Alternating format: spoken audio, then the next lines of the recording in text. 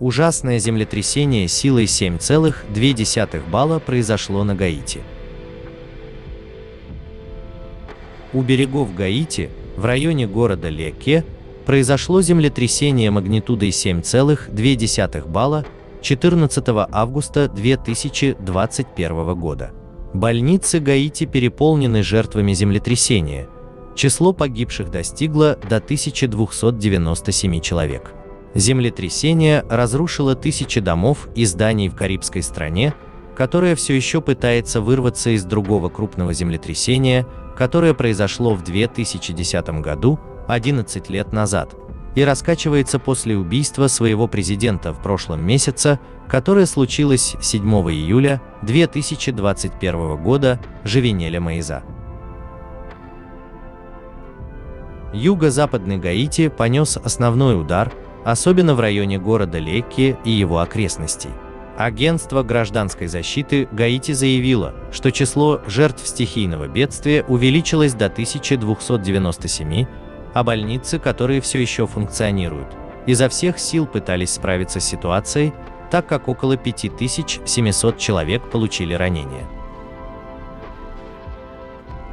В северо-западном городе Джереми, другом сильно пострадавшем районе, врачи лечили раненых пациентов на больничных носилках под деревьями и на матрасах у обочины дороги, поскольку в медицинских центрах не хватало места.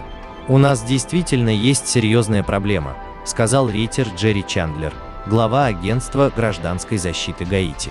«Есть очень важные учреждения, которые, пока мы говорим, не функционируют, а те, которые функционируют, принимают большое количество пациентов», — сказал он.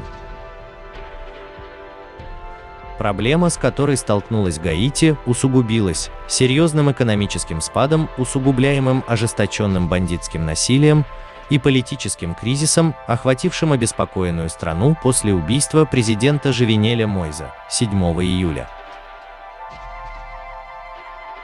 Церкви, отели, больницы и школы были сильно повреждены или разрушены, а стены тюрьмы были разорваны сильной дрожью, сотрясавшей Гаити. Агентство гражданской защиты сообщило, что было разрушено около 13 694 дома, предполагая, что число жертв может возрасти и дальше.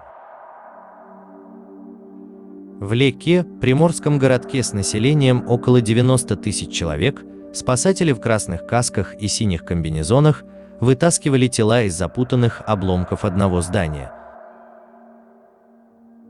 Премьер-министр Гаити Ариэль Анри, прилетевший на Лекке, высоко оценил достоинство, проявленное людьми там даже в разгар своих страданий.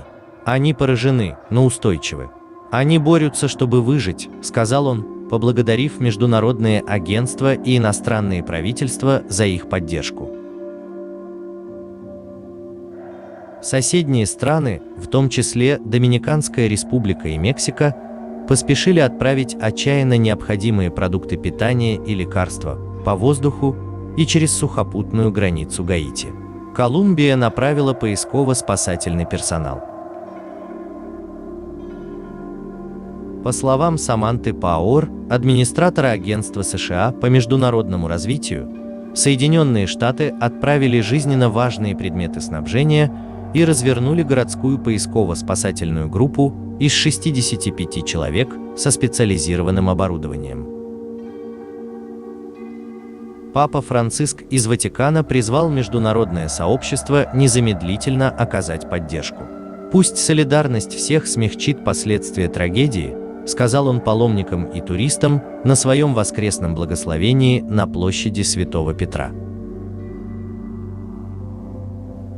Однако правительство Гаити обратилось к организациям по оказанию помощи против создания импровизированных лагерей и призвало их работать через Министерство планирования. Очевидная попытка избежать ошибок, допущенных после разрушительного землетрясения 2010 года, в результате которого погибли десятки тысяч человек. Многие гаитяне спали вторую ночь после землетрясения на улице, на открытом воздухе. В аэропорту Порто-Пренса международные гуманитарные работники, врачи и спасатели вылетели на самолеты в Лекке. Вертолет береговой охраны США переправлял раненых. Спасательные работы и помощь будут осложнены из-за тропических дождей, которые, как ожидается, обрушатся на Гаити в понедельник сильными дождями. Ожидается, что выпадет от 75 до 100 мл осадков, которые могут вызвать оползни и привести к разливу некоторых рек, сообщает агентство гражданской защиты Гаити. «Мы просим население сохранять бдительность», добавили в агентстве. Тысячи людей, спящих на улицах, будут подвержены проливным дождям на фоне растущего риска заболеваний, передающихся через воду, сказал Чендлер, глава агентства. Ожидается, что число погибших возрастет, поскольку телефонная сеть в более отдаленных районах не работает. В труднодоступных деревнях многие дома были хрупкими и построены на склонах, уязвимых для оползней, сказала Алекс Персинти из благотворительной организации Action Aid. На кадрах субботних событий, размещенных в социальных сетях, видно, как жители залезают в узкие проемы в кучах упавшей каменной кладки, чтобы вытащить потрясенных и обезумевших людей из обломков стен и крыш, которые рухнули вокруг них. Доступ к наиболее пострадавшим районам был затруднен из-за ухудшения правопорядка, в результате которого ключевые подъездные пути в некоторых частях Гаити оказались в руках банд. Глава одной банды сказал, что вооруженные группы объявили перемирие на пути к Леке.